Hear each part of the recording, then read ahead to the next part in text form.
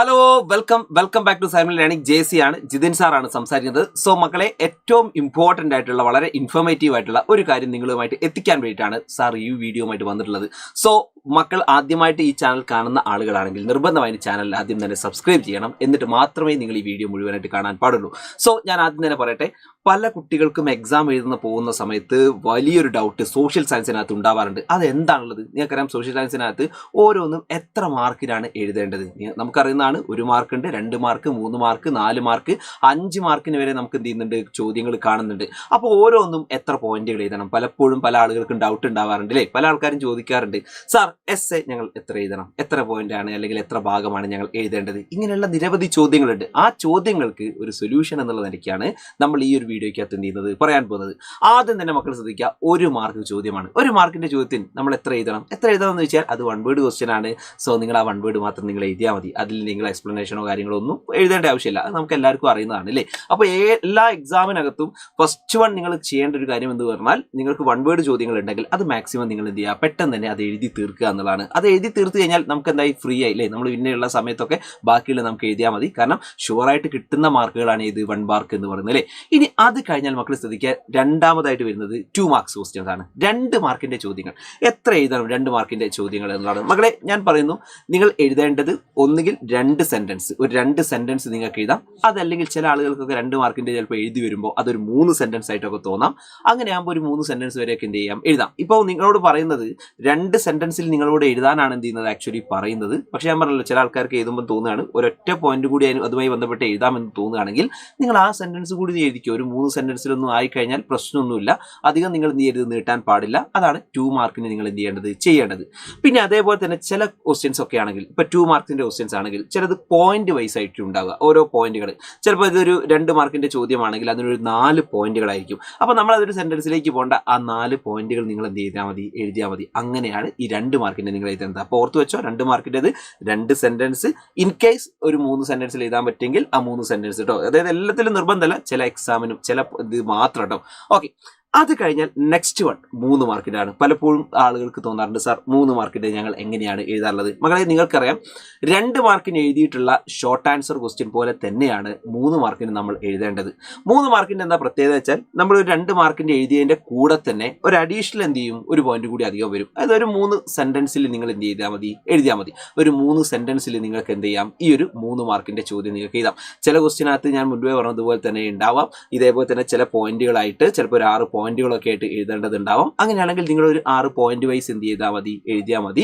അപ്പോൾ ഇത്രയാണ് ഒരു 3 മാർക്കിൽ. അപ്പോൾ 3 മാർക്കിനൊന്നും നിങ്ങൾ ഒരു എസ് ഒക്കെ എഴുതും പോലെ വലുതായിട്ട് നിങ്ങൾ എഴുതേണ്ട ആവശ്യമില്ല. പല ആൾക്കാർക്കും ഉണ്ടാകുന്നൊരു സംശയമാണ്, സാറേ 3 മാർക്കിൻ്റെ ഒരുപാടുണ്ട് വെച്ചിട്ട് അങ്ങനെ കുറേ എഴുതിയിട്ട് എന്ത് ചെയ്യും, സമയം കളയും. നമ്മുടെ സോഷ്യലിൽ ഏറ്റവും പ്രധാനപ്പെട്ട പ്രശ്നം നമ്മുടെ ടൈമാണ്. ടൈം മാനേജ്മെന്റ് വളരെ ഇമ്പോർട്ടൻ്റ് ആണ്. അപ്പോൾ പലപ്പോഴും ഈ 3 മാർക്കിൻ്റെ ഒക്കെ ചോദ്യത്തിലാണ് പലപ്പോഴും സമയം എന്ത് ചെയ്യാറുള്ളത്, കുട്ടികൾ നഷ്ടപ്പെടുത്താറുള്ളത്. അതുകൊണ്ട് ഓർത്ത് വെച്ചോളൂ, വേറി വന്നാൽ ഒരു 3 സെന്റൻസിൽ, അതല്ലെങ്കിൽ ഞാൻ പറഞ്ഞു 2 മാർക്കിനേക്കാൾ കുറച്ചും കൂടി ഒരു 2 പോയിന്റ്, ഒരു 2 സെന്റൻസ് കൂടി അധികം, അത്ര മാത്രം എഴുതിയാൽ മതി കേട്ടോ 3 മാർക്കിൻ്റെത്. Okay, ready. ഇനി മക്കൾ ശ്രദ്ധിക്കുക, അടുത്തത് എന്ന് പറഞ്ഞാൽ 4 മാർക്കാണ്. 4 മാർക്കിൻ്റെത് എത്ര എഴുതണം? അതിന് വേണ്ടിയിട്ടാണ് അത് ഞാൻ നിങ്ങളോട് കാണിക്കുകയാണ്. അതായത് മകളെ, ഈ ഒരു പേജ് എല്ലാവരും ശ്രദ്ധിക്കുക. നിങ്ങളുടെ ഒറിജിനൽ ആൻസർ ഷീറ്റ് അല്ല, പക്ഷേ നിങ്ങൾ ആ ഒരു ഒറിജിനൽ നിങ്ങളുടെ ആൻസർ ഷീറ്റ് ആണ് എന്ന് നിങ്ങൾ എന്ത് ചെയ്യണം, നിങ്ങൾ മനസ്സിലേക്ക് അത് കരുതണം. മകളെ ശ്രദ്ധിക്കുക, ഈ ഒരു പേപ്പർ നിങ്ങൾ കാണുന്നുണ്ടല്ലോ. ഈ പേപ്പറിനകത്ത് ഒരു പുറം നിങ്ങൾ കാണുന്നുണ്ട്. മകളെ, നിങ്ങൾ നോക്കി, ഇതിൻ്റെ ഒരു സൈഡില്ലേ, ഈ ഒരു സൈഡാണ് ഒരു പുറം എന്ന് പറഞ്ഞത്. അതായത് ഇതിൻ്റെ ഒരു സൈഡാണ് ഒരു പുറം. അതേപോലെ തന്നെ ഇത് മറ്റൊരു സൈഡാണ്. അപ്പോൾ ഇതെന്താണ്, രണ്ടാമത്തെ പുറം കേട്ടോ. അപ്പോൾ ഈ ഒരു പേപ്പറിന് എത്ര പുറമുണ്ട്? 2 പുറമുണ്ട് അല്ലേ? ഇതൊരു പുറം, അതേപോലെ തന്നെ എന്താണ്, ഇത് മറ്റൊരു പുറം. മകളെ, ഒരു 4 മാർക്കിന്റെ ചോദ്യം പറയുന്നത് എത്ര പുറം എഴുതണം എന്ന് വെച്ച് കഴിഞ്ഞാൽ, ഒരു പുറത്തിന്റെ ഒരു പകുതിയാണ് എഴുതിയേണ്ടത്. അതായത് ഒരു 4 മാർക്കിന്റെ എന്ന് പറഞ്ഞാൽ ഇതൊരു പുറമാണെങ്കിൽ ആ പുറത്തിന്റെ ഒരു പകുതി അല്ലെങ്കിൽ കുറച്ചും കൂടി ഒരു 1/4 ഭാഗം വരെയൊക്കെ എന്ത് ചെയ്യാം, വരാം. അത്രയും എഴുതിയാൽ മതി. അതായത് ഈ ഒരു പേജിന്റെ ഈ ഒരു പുറത്തിന്റെ ഒരു പകുതി അല്ലെങ്കിൽ ഒരു 1/4 ഭാഗം. അതായത് വളരെ നിങ്ങൾ ആലോചിച്ചാൽ മതി. ഇതുപോലെ തന്നെ ഷോർട്ടായിട്ടൊക്കെ ചില ആളുകൾക്ക് പോയിന്റ് വൈസ് ഒക്കെ അത്രയും അടിപൊളിയായിട്ട് എഴുതാനൊക്കെ പറ്റുന്ന ആൾക്കാരാണെങ്കിൽ ഒരു അരയിൽ തീർക്കും. അല്ലാത്ത ആൾക്കാരാണെങ്കിൽ ഒരു 1/4 എന്ത് ചെയ്യും, തീർക്കും. ഇനി ഞാൻ പറയട്ടെ, ചില ആൾക്കാരൊക്കെ എഴുതി വരുമ്പോൾ ഇതൊരു പേജായി എന്ന് വിചാരിക്കുക. അതായത് ഒരു 4 മാർക്കിൻ്റെത് ഒരു ഭാഗം, അതായത് ഒരു പുറം ആയിട്ട് എഴുതിപ്പോയി എന്ന് വിചാരിക്കുക. പേടിക്കാനൊന്നുമില്ല. നിങ്ങൾ അത് എന്ത് ചെയ്യേണ്ട, ബേജാറാവേണ്ട. കാരണം ചില ആൾക്കാരൊക്കെ നിങ്ങൾക്കറിയാലോ, അവർ എഴുതുന്ന ഹാൻഡ് റൈറ്റിങ്ങിനകത്ത് ചിലപ്പോൾ വ്യത്യാസങ്ങളൊക്കെ ഉണ്ടാവാം. അങ്ങനെയൊക്കെ എഴുതി വരുമ്പോൾ ചിലപ്പോൾ അവർ എഴുതി വരുമ്പോൾ ചിലപ്പോൾ കുറച്ചൊരു കൂടിപ്പോയി എന്ന് വരാം. പക്ഷേ അങ്ങനെ നിങ്ങൾ എന്ത് ചെയ്യേണ്ട, ബേജാറാവേണ്ട. അപ്പോൾ ഞാൻ പറഞ്ഞല്ലോ, ഏറി വന്നു കഴിഞ്ഞാൽ ഇതിൻ്റെയൊക്കെ ഒരു അരപ്പുറമോ അല്ലെങ്കിൽ ഒരു മുക്കാൽ ഭാഗമൊക്കെ മതി. ഏകദേശമൊക്കെ ഈ ഒരു ഭാഗത്തേക്ക് എന്ത് ചെയ്താൽ മതി, നിങ്ങൾ എത്തിച്ചാൽ മതി കേട്ടോ. അതാണ് ഇത് ഒരു 4 മാർക്കിൻ്റെ ചോദ്യത്തിന് നിങ്ങൾ എന്ത് ചെയ്യേണ്ടത് കേട്ടോ. ഓക്കെ, യെസ്, റെഡി അല്ലേ? ഓക്കെ അല്ലേ? ഇനി നിങ്ങൾക്ക് ഉണ്ടാകുന്ന ഒരു സംശയം, അടുത്തൊരു സംശയം ഇതേപോലെ തന്നെ, അതായത് 4 മാർക്കിൻ്റെ ഡൗട്ട് വരരുത്. ഞാൻ പറഞ്ഞല്ലോ, ഒരു പാരഗ്രാഫ് എഴുതിനേക്കാൾ കുറച്ചും കൂടി എഴുതിയാൽ മതി. ഒരു പാരഗ്രാഫ് എഴുതുന്നുണ്ടല്ലോ, അതിനേക്കാൾ കുറച്ചും കൂടി എഴുതിയാൽ എത്രയായി? 4 മാർക്കിനായി. ഇനി മക്കൾക്ക് ശ്രദ്ധിക്കുക, അടുത്തതാണ് 5 മാർക്ക്. 5 മാർക്ക് എന്ന് പറയുന്നത് നിങ്ങൾക്കറിയാം, എസ് ആയിട്ടാണ് എന്ത് ചെയ്യുന്നത്, ചോദ്യങ്ങൾ വരാറുള്ളത്. ഒരു ക്വസ്റ്റ്യൻ ആണ് 5 മാർക്ക്. ഇതിലാണ് പല ആൾക്കാർക്ക് ഡൗട്ട് ഉണ്ടാവാറുള്ളത്. സോഷ്യലിലൊക്കെ ആണെങ്കിൽ പലപ്പോഴും മാർക്കുകൾ അതായത് സമയം നമുക്ക് കളയുന്നത് ആക്ച്വലി ഈ ഒരു 5 മാർക്കിനാണ്. നിങ്ങൾ ആലോചിച്ചാൽ മതി, ഈ 5 മാർക്കിൻ്റെ ഒക്കെ നമ്മൾ നമ്മൾ എഴുതി കഴിഞ്ഞാൽ, അടിപൊളിയായിട്ട് നമ്മൾ എഴുതി കഴിഞ്ഞാൽ, സൂപ്പറായിട്ട് എഴുതി കഴിഞ്ഞാൽ ഒരു 4 മാർക്ക്, ഒരു 4.5 മാർക്കൊക്കെ എന്ത് ചെയ്യും, കിട്ടും. ഇനി നിങ്ങൾ ആലോചിച്ച് നോക്കുക, ചില ആൾക്കാരൊക്കെ എന്നാൽ കുറേ പേജ് അങ്ങ് എഴുതി തീർക്കാമെന്ന് പറഞ്ഞിട്ട് അങ്ങനെ അങ്ങ് കുറേ സമയം അതിലായിട്ട് കളയും. അപ്പോൾ സംഭവിക്കുന്നത് ചിലപ്പോൾ 2 മാർക്കിൻ്റെയും 3 മാർക്കിൻ്റെയും ഈസി ആയിട്ട് മാർക്ക് നേടാൻ പറ്റുന്ന കുറേ ചോദ്യങ്ങൾ ഉണ്ടാവും. അതിനൊന്നും വിചാരിച്ച സമയവും എന്ത് ചെയ്യുന്നില്ല, കിട്ടുന്നില്ല. ഇതാണ് പലപ്പോഴും പല ആൾക്കാർക്കും എന്ത് ചെയ്യുന്നത്, സംഭവിക്കുന്നത്. അപ്പോൾ ഞാൻ പറഞ്ഞു, 5 മാർക്കിൻ്റെ ഈ ഒരു എന്ന് പറഞ്ഞാൽ നിർബന്ധമായും ശ്രദ്ധിക്കേണ്ട 1-2 കാര്യം മക്കളെ. ഒരുപാട് എഴുതുക എന്നുള്ളതല്ല 5 മാർക്കിൻ്റെ ചോദ്യം കൊണ്ട് ഉദ്ദേശിക്കുന്നത്. അതായത് സോഷ്യൽ സയൻസ് എടുക്കുന്ന ടീച്ചേഴ്സിനോടൊക്കെ ഡിസ്കസ് ചെയ്യുന്ന സമയത്ത് അവരൊക്കെ പറയുന്ന സാധനം എന്ന് പറഞ്ഞാൽ മക്കളെ, പോയിന്റുകൾ ഉണ്ടായിരിക്കുക എന്നുള്ളതാണ്. അതായത് പോയിന്റുകൾ ഉണ്ടായിരിക്കണം. ശരിക്കും ഇതിൽ പറയുന്നത് എത്ര ഭാഗം വേണമെന്ന് വെച്ച് കഴിഞ്ഞാൽ, ഒരു എസ്സേക്ക് എത്ര വേണം, അതായത് ഒരു 5 മാർക്കിൻ്റെ ചോദ്യത്തിന് എത്ര വേണമെന്ന് വെച്ച് കഴിഞ്ഞാൽ മക്കളെ, ഈ ഒരു പുറം വേണം. ഈ ഒരു പുറവും അതേപോലെ തന്നെ ഈ ഒരു മറ്റൊരു പുറം ഉണ്ടല്ലോ, ആ പുറത്തിൻ്റെ ഒരു അരഭാഗവും, അത്രയും മതി എസ്സേക്ക്. അപ്പോൾ എസ്സേക്ക് ഓർത്ത് വെച്ചോളാം, ഒരു പുറം അതേപോലെ തന്നെ മറ്റൊരു പുറത്തിൻ്റെ അരഭാഗവും, അത്രയും മതി ഏത്, ഒരു എസ്സേ എഴുതാൻ. അപ്പോൾ ആ എസ്സേ ഞാൻ പറഞ്ഞല്ലോ, ഇതേപോലെ തന്നെ പോയിന്റുകളൊക്കെ കൃത്യമായിട്ട് എന്ത് ചെയ്യണം, അതിനകത്ത് വരണം. ആവശ്യത്തിന് നിങ്ങൾക്ക് ആവശ്യമാണെങ്കിൽ ആ പോയിന്റുകളൊക്കെ നിങ്ങൾ എക്സ്പ്ലെയിൻ ചെയ്യും വേണം. അതായത് ഓരോ പോയിന്റുകളും അതിന് ആവശ്യമായിട്ടുള്ള രീതിയിലേക്ക് അതിനെന്ത് ചെയ്യണം, എക്സ്പ്ലനേഷൻ നിങ്ങൾ എന്ത് ചെയ്യണം, കൊടുത്തിരിക്കണം.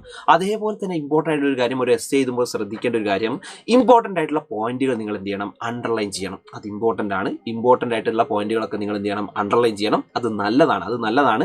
പേപ്പേഴ്സ് നോക്കുന്ന ടീച്ചേഴ്സിനൊക്കെ അത് ഉണ്ടാവും, നിങ്ങളുടെ പേപ്പർ ഏറ്റവും ഈസി ആയിട്ട് നോക്കി തീർക്കാൻ പറ്റും. അതുകൊണ്ട് എന്ത് ചെയ്യണം, മസ്റ്റായിട്ട് നിങ്ങൾ എന്ത് ചെയ്യണം, അണ്ടർലൈൻ ചെയ്യണം.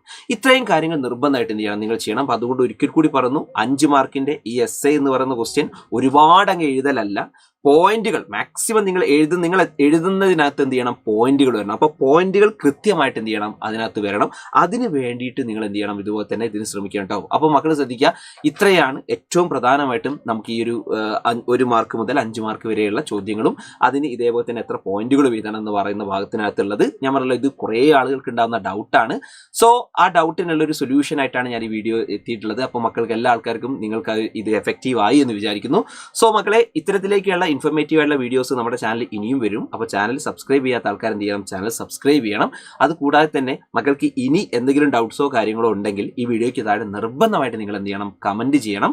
സോ നിങ്ങൾക്കറിയാലോ, സൈലത്തിൻ്റെ ആപ്പുകളൊക്കെ തന്നെ ഒരുപാട് പ്രധാനപ്പെട്ട ബാച്ചുകൾ ഇതുപോലെ തന്നെ നിങ്ങൾക്ക് വേണ്ടി കാത്തിരിക്കുകയാണ്. സോ അതിനകത്തൊക്കെ നിങ്ങൾ താഴെ കാണുന്ന നമ്പറിൽ എന്ത് ചെയ്യാം, 9995400800 എന്ന് പറയുന്ന നമ്പറിൽ നിങ്ങൾ കോൺടാക്ട് ചെയ്ത് കഴിഞ്ഞാൽ നിങ്ങൾക്ക് ആവശ്യമുള്ള ക്ലാസ്സുകൾ എന്താണ് ഇതുപോലെ തന്നെ ആപ്പിനകത്ത് അവൈലബിൾ ആണ്. സോ എല്ലാ ആൾക്കാരും ഇത് ഉപയോഗപ്പെടുത്തുന്നു പ്രതീക്ഷിക്കുന്നു.